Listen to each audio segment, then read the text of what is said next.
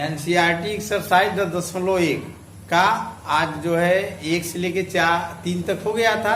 आज चौथा चलेगा, ठीक है। तो चौथा प्रश्न है,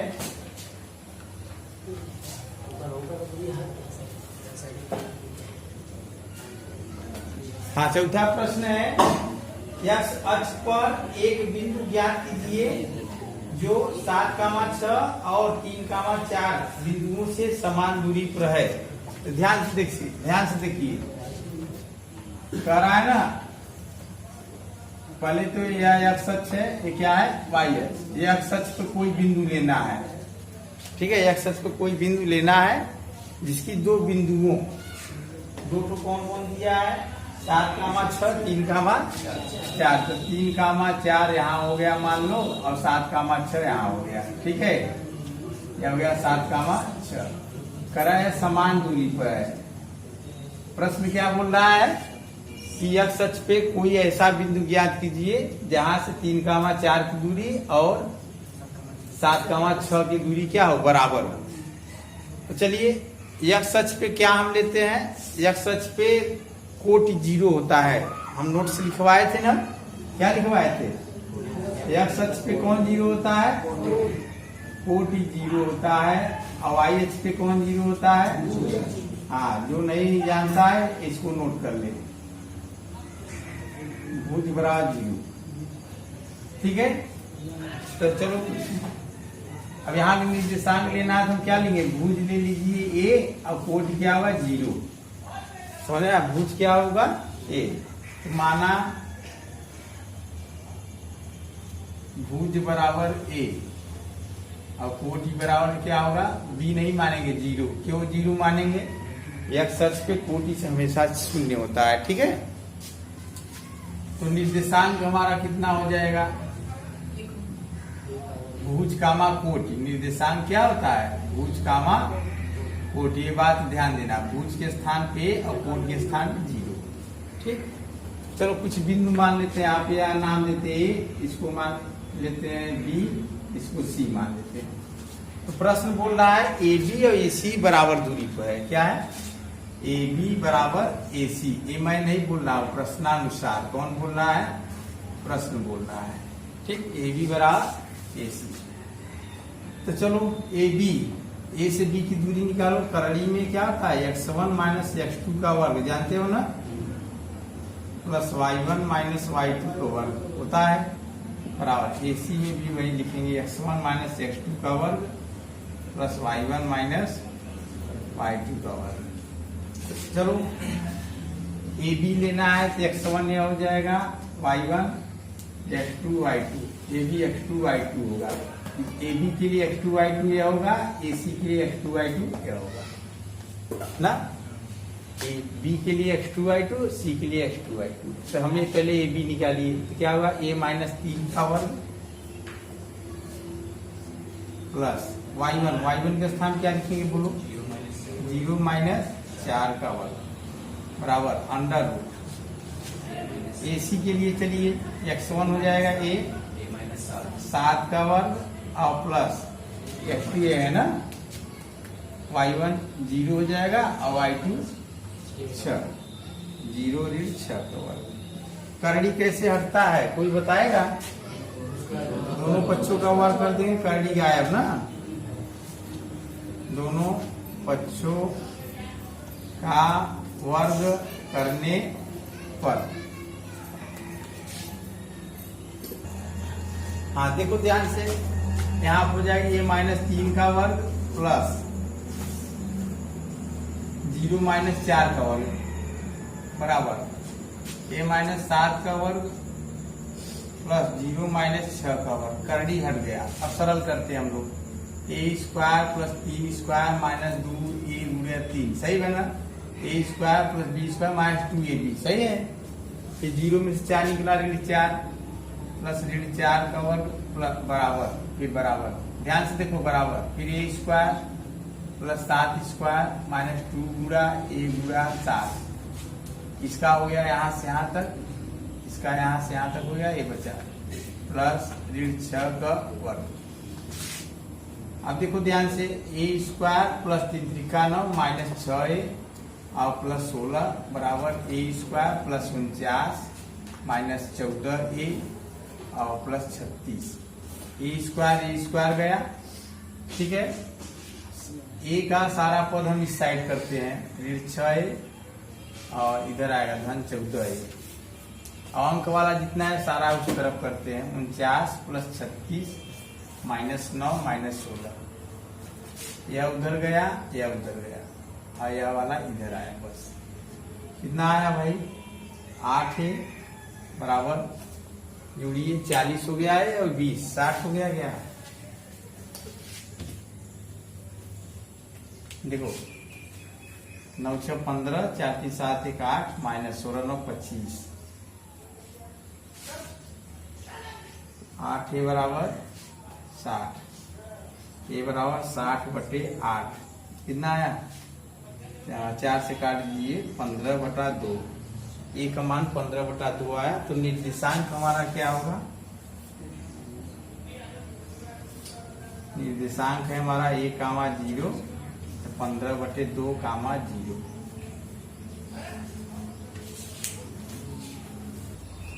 हाँ, 5वां प्रश्न है, ध्यान से देखिए।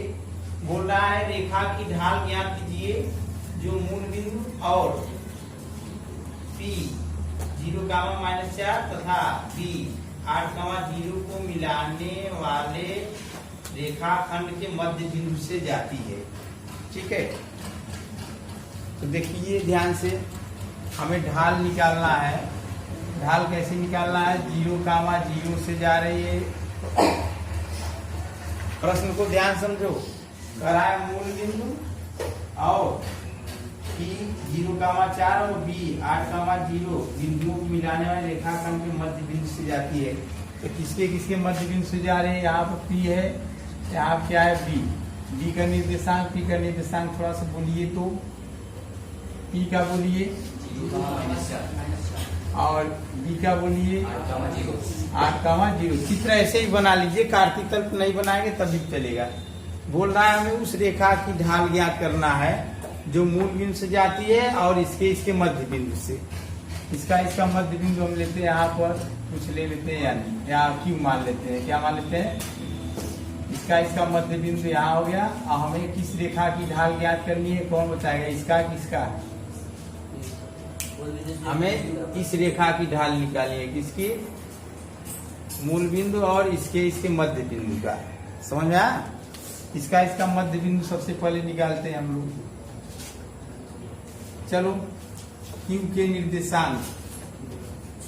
निर्देशांक मौखिक भी निकाल सकते हैं। क्या होता है, x1 + x2/2 y1 + y2/2। हम मध्य बिंदु का सूत्र क्यों लगाए, क्योंकि हमें इसका मध्य बिंदु चाहिए ना।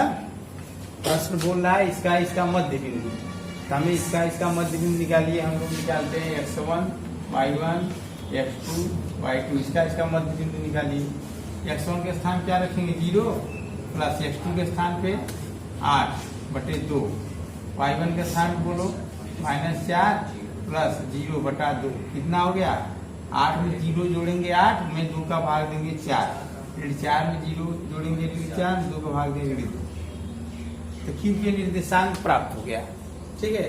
अब हमें ढाल PV का नहीं निकालना है, न PQ का निकालना है। हमें किसका ढाल निकालना है, OQ का ना।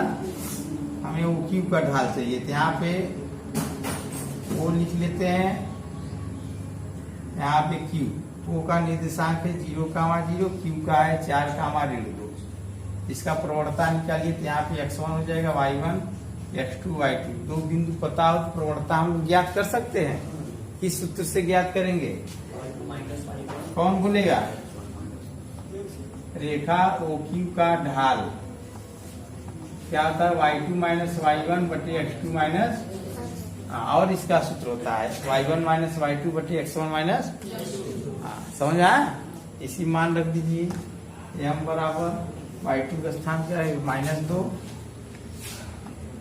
-0। ये x2 पे हो जाएगा 4 -0। कितना आया बोलो, ऋण 2/4 ऋण 1/2। तो रेखा OQ का ढाल कितना हो गया, -1/2।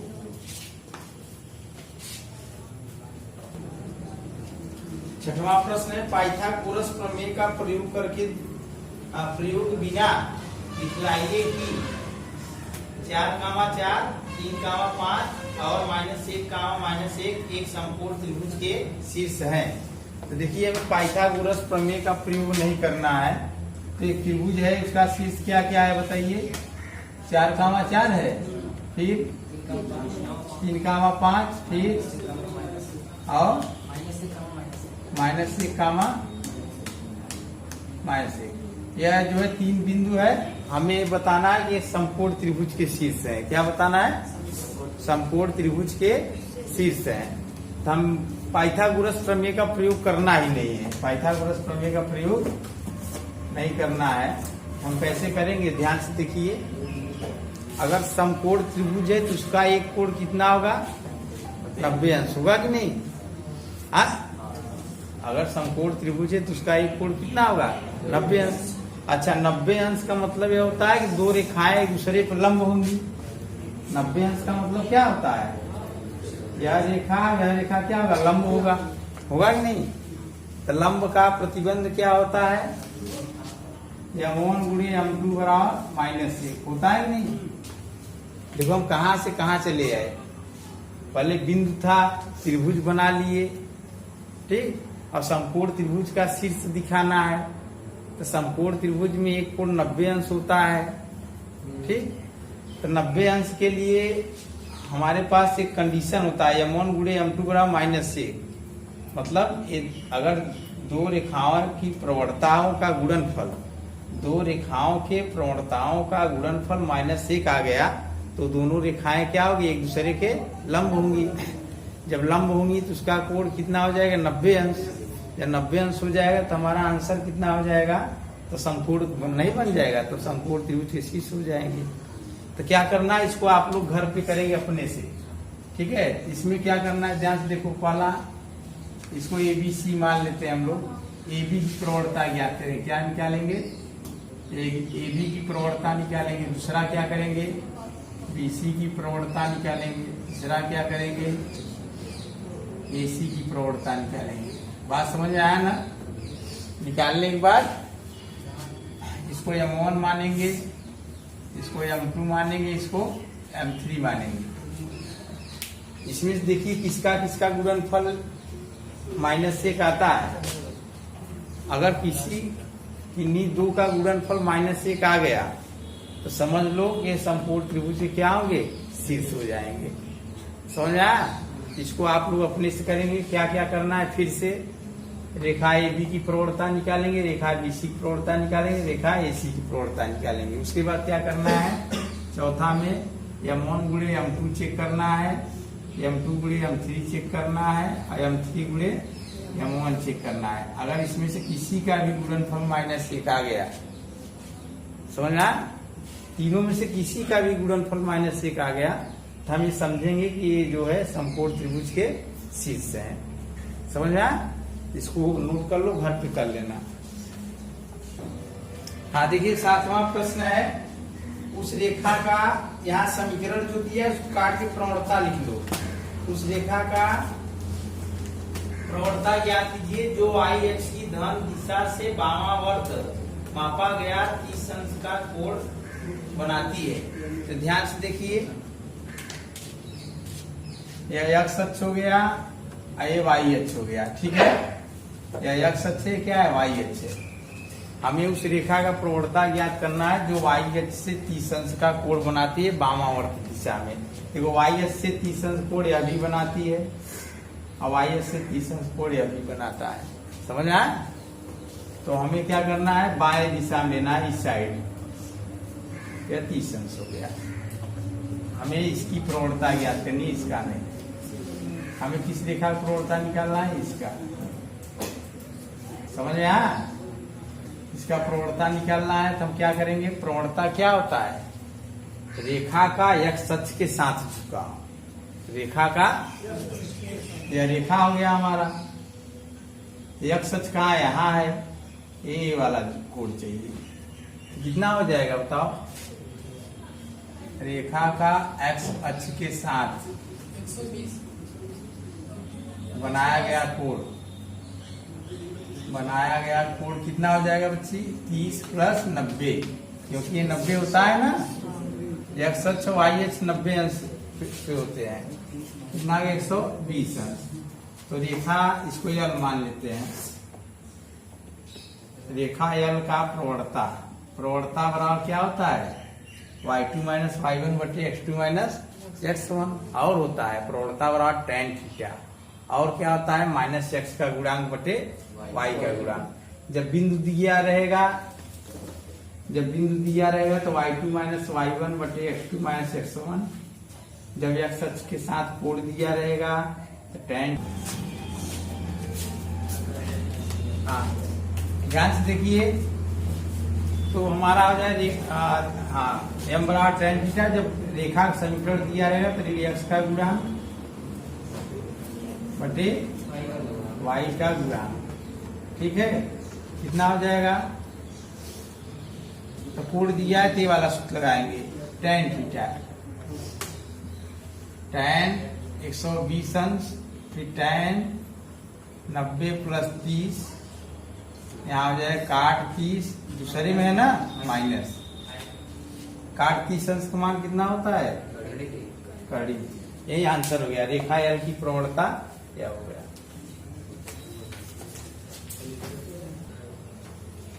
हाँ देखिए, अगला प्रश्न है, x का वह मान ज्ञात कीजिए जिसके लिए बिंदु x का माइनस 1, 2 कामा 1 और 4 कामा 5 सरेख है, ठीक है। तो देखिए x का माइनस 1 और 4 कामा 5 है, यही ना है, सही है, मिला लो 2 कामा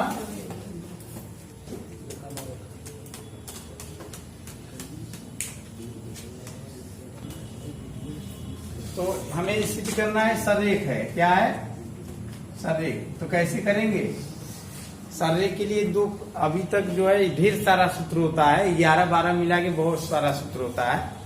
इसमें से जो है हम लोग कक्षा 9 में एक को पढ़े हैं, त्रिभुज का क्षेत्रफल 0 करके ना, एक भी दिया हो गया, उससे x का मान निकाल सकते हो। दूसरा क्या है, सरेख है तो प्रवणता बराबर होगा, ए बी की प्रवणता बराबर, हाँ इसी से कर लेना, प्रवणता बराबर BC की प्रवणता। यहाँ पे इसको ए मान ले रहा हूं मैं, इसको B और इसको C, समझ में आया ना। सरेख है तो एक ही लाइन पे होंगे, ठीक। तो देखिए कक्षा 9 वाला विधि करोगे तो त्रिभुज का क्षेत्रफल का सूत्र निकाल कर 0 करके x का मान निकालना, और 11 वाला विधि का उपयोग करना चाहते हो तो AB का प्रवणता निकाल लो, फिर BC का प्रवणता निकाल के बराबर कर देना, यहाँ से x का मान आ जाएगा। चाहे आप लोग ये वाला विधि यूज करो चाहे, ठीक है, इसको आप अपने से करेंगे। हाँ देखिए 9वां प्रश्न है, दूरी सूत्र का प्रयोग किए बिना दिखलाइए कि बिंदु -2 कामा 1, 4 कामा 0 और 3 कामा 3 और -3 कामा 2 एक समांतर चतुर्भुज के शीर्ष है। ध्यान से देखिए 9वां प्रश्न है हल। समांतर चतुर्भुज मैं एक बना ले रहा हूँ, उसके शीर्ष का निर्देशांक है -2 कामा 2, थोड़ा बोलिए तो -2 का -1, फिर फिर -3 कामा 2। यह हमारा समांतर चतुर्भुज था, इसका शीर्ष के निर्देशांक हो गया, ठीक है। तो हमें क्या करना है, दूरी के सूत्र का प्रयोग नहीं करना है, दूरी के सूत्र का प्रयोग नहीं करना है, दूरी के सूत्र का प्रयोग किए बिना हमें सिद्ध करना है समांतर चतुर्भुज के शीर्ष है। तो समांतर चतुर्भुज के पहले गुण जानना आवश्यक है। पहला समांतर चतुर्भुज के गुण, ये थोड़ा सा साइड में लिख लेना है, समांतर चतुर्भुज के गुण। सामने सामने भुजा बराबर होता है ना, AB बराबर DC, यह वाला भुजा इसके बराबर होता है, ठीक। दूसरा और यह वाला भुजा इसके बराबर होता है। AD बराबर क्या आता है BC। ठीक, और क्या होता है, ए वाला कोण इसके बराबर होता है, समझ में आया? कोण ए बराबर कोण C और कोण B बराबर किसके होता है, कोण D के। और चौथा इन दोनों कोणों का योगफल 0 होता है। मतलब कहीं भी संलग्न कोणों का योगफल 180 अंश। कितना? हाँ, अगर कोई पूछेगा कोण B प्लस कोण C बताइए कितना होगा 180। कोण C प्लस कोण D पूछेगा तो 100, और कोण D प्लस कोण A पूछेगा तो कितना होगा 180। ये सब बात याद होना चाहिए। ठीक है, तो हमें प्रश्न बोल रहा है दूरी के सूत्र का प्रयोग नहीं करना है और सिद्ध करना कि क्या है, समांतर चतुर्भुज के शीर्ष है। तो मैं बता दे रहा हूं घर पे क्या करना है, तो याद कर लीजिए। होमवर्क में क्या करना है, तो पहले हम क्या करेंगे, AB की प्रवणता निकालेंगे। क्या निकालेंगे? AB की प्रवणता, इसको M1 मानेंगे। ठीक है, फिर दूसरा क्या करेंगे, BC की प्रवणता जानते हो ना, M2। तीसरा क्या करेंगे, CD की प्रवणता M3। और चौथा क्या है, BA की प्रवणता M4। ठीक है, हम लोग को क्या क्या करना है, AB प्रवणता निकालना है। सूत्र जानते हो नहीं, y2 माइनस y1 बटे x2 माइनस x1 से। ठीक, और कैसे निकालना है, ध्यान से देखो। हमें निकालना है चारों का प्रवणता निकालना है। तो कैसे निकालना है, सबसे पहले AB इसमें से अलग कर लेना है। जैसे AB की प्रवणता निकालना है ना, ये चारों निकाल लेना। कैसे निकालना है ध्यान से देखो, मैं थोड़ा सा बता दे रहा हूँ, कर लेना। जैसे AB की प्रवणता लिख लेना, तो AB यहाँ पर ऐसे लिख लेना, AB यहाँ -2 -1। फिर यहाँ क्या होगा, 4, 0, x1 y1 x2 y2। AB की प्रवणता का सूत्र का उपयोग कर लेना, क्या होगा, M1 बराबर y2 माइनस y1 बटे x2 माइनस x1। इसमें मान रख के निकाल लेना। फिर दूसरा क्या करना है, BC की प्रवणता, इसको भी ऐसे कर लेना। यहाँ B, यहाँ पे C, यहाँ 4, 0, यहाँ क्या होगा 3, 3। यहाँ से M2 निकाल लेना। BC प्रवणता क्या होगा, M2। समझ आया? फिर तीसरा क्या करना है, CD की प्रवणता। फिर चौथा क्या करना है, DA की प्रवणता। चारों निकाल लेना। निकालने के बाद क्या करो, ध्यान से देखना, इसका प्रवणता इसके बराबर होगा, इसका प्रवणता इसके बराबर होगा, इसका प्रवणता इसके बराबर होगा। अगर ऐसा हो जाता है तो क्या है, समांतर चतुर्भुज के शीर्ष है। बात समझ आया ना? तो कर सकते हो कि नहीं, इसको कर लेना। हाँ देखिए, 10वां प्रश्न है, x अक्ष और 3 का -1 और 4 का -2 बिंदुओं को मिलाने वाली रेखा के बीच का कोण ज्ञात कीजिए। तो मैं चित्र बना दे रहा हूँ, आप लोग कर लीजिएगा। ये x अक्ष है, क्या है, ये y अक्ष है। ठीक है, और क्या दिया है, 2 बिंदु दिया है, कौन कौन है बोलो। 3, 3 -3 तो इसमें होता है, 3 -3 है ना, -1 -1 का मान 3 का -1। 3 का -1 कहाँ होता है, इसमें होता है, चौथा में। 3 का -1 और क्या है, 4 का -2, 4 का -2। ठीक है, तो बोला है x अक्ष और इस रेखा के बीच का कोण ज्ञात करना है। कैसे ज्ञात करोगे, x अक्ष और इस रेखा के बीच का कोण निकालना, जिसको हम क्या करते हैं, ऐसे बढ़ा देते हैं, ऐसे।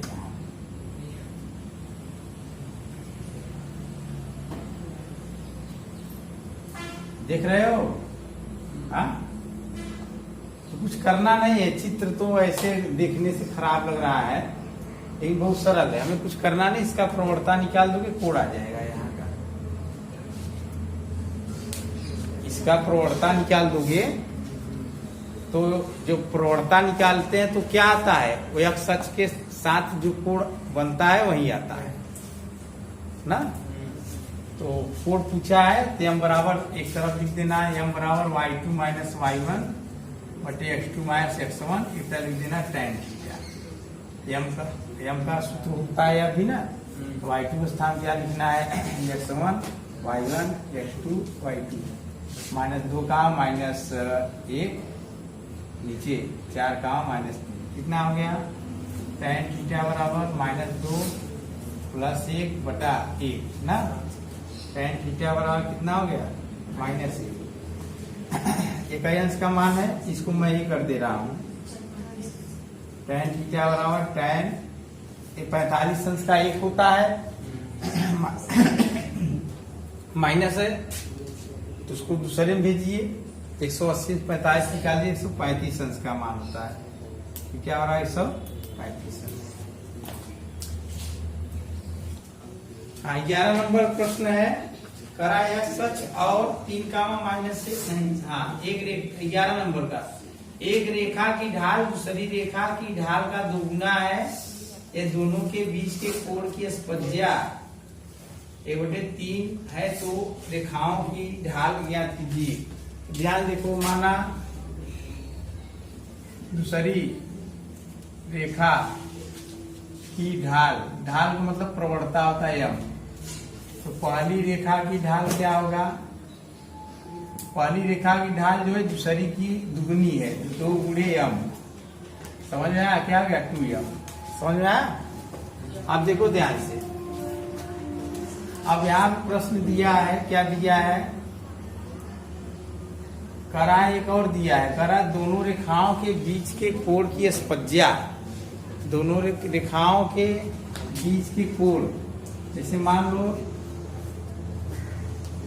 x अक्ष से क्या है y अक्ष है, एक रेखा ऐसे एक रेखा ऐसे है ना, इसका मान ले रहा हूं मैं θ1, इसका x अक्ष से झुकाव θ2 मान ले रहा हूं, तो दोनों के बीच के कोण क्या होगा θ2 माइनस θ1, होगा कि नहीं। हाँ, अच्छा, किसका ढाल कम है, दूसरी का, कम वाला कौन है, ए है, इसको हम दूसरा मानते हैं, क्या मानते हैं दूसरा, तो यहाँ θ2 लिखेंगे, इसको पहला मानेंगे, ये क्या है θ1, यहाँ हो जाएगा θ1 माइनस θ2। चलो मैं थोड़ा सा कुछ बात बताने जा, ध्यान से देखो, इसमें किसकी ढाल अधिक होगी, L1 L2 में किसकी ढाल अधिक होगी। देखो ढाल पहचानना है ना, ऐसे समझो किस पे हमें चढ़ने में प्रॉब्लम होगी, जैसे सीढ़ी हम ऐसे लगाएं तब आसानी चढ़ेंगे, ऐसे लगाएं तब आसानी चढ़ेंगे, ऐसे लगाएंगे तब आसानी चढ़ेंगे ना, तो जिसपे आसानी चढ़ते हैं ना उसका ढाल कम होता है, ढाल मतलब झुकाव, समझना। और एक खड़ी सीढ़ी है, इस पे चढ़ने में प्रॉब्लम होगी, इसका ढाल क्या होता है अधिक होता है, इसीलिए हम दूसरे का ढाल कम है तो दूसरा मान लिए, पहले का ढाल ज्यादा है तो इसको पहला मान लिए, समझ में आया। हाँ, चलो अब दिया है इसमें जो दोनों के कोण का अंतर है, ये वाला, इसका स्पर्धा दिया है, क्या दिया है tan θ1 माइनस tan θ2 और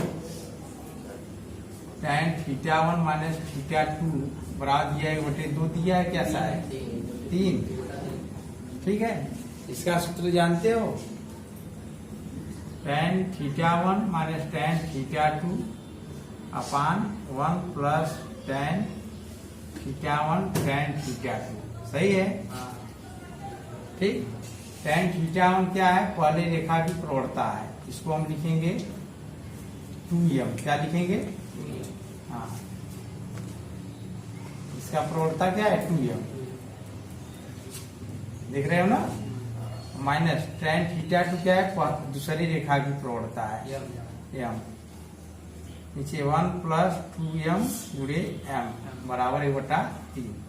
फिर क्या करेंगे, जगह नहीं है मैं यहाँ कर दे रहा हूँ, m बटा 1 प्लस 2m स्क्वायर बराबर 1/3, तिरछा गुणा करके m का मान निकाल लेना।